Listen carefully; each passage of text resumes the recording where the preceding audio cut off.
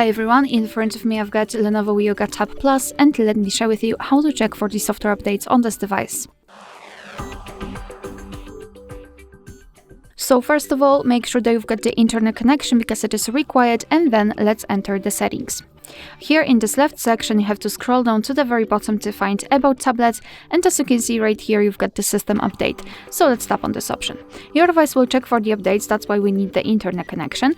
And basically you can meet two different scenarios. This is the first one where your software is up to date and there's nothing to download.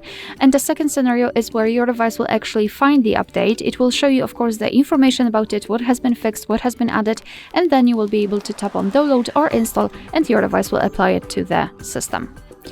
Alright, so that will be all. Thank you so much for watching. Please hit the subscribe button and leave the thumbs up.